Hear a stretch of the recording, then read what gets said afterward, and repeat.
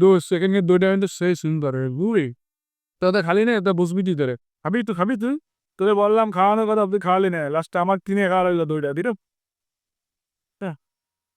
আজকে গরিব বলে, আমাকে তো টাকা নাই বলে আমি খাওয়াতে পারতেছি না, যার কারণে আমারে না দিয়ে তারা একাই খাচ্ছে। এই যে দেখেন, দেখেন ওরা চলে গেছে। ঠিক আছে, তা এই হলো ব্যাপার। আজকে গরিব বলে তারা কিনে খাচ্ছে, আমি খাতে পারতেছি না। আফসোস। এ দেখেন, আমার চেয়ে চলে আসছে, এরা একা একা খাচ্ছে। এই হলো বন্ধু বান্ধব। ঠিক আছে, যখন টাকা থাকবে তখন হলো সবাই মিলে খাবে, আর যখন টাকা থাকবে না তখন আমার কেউ দেবে না। ঠিক আছে, এই দেখেন খাইতে হাত টাত মুছতেছে, এই যে মজা করে খালো।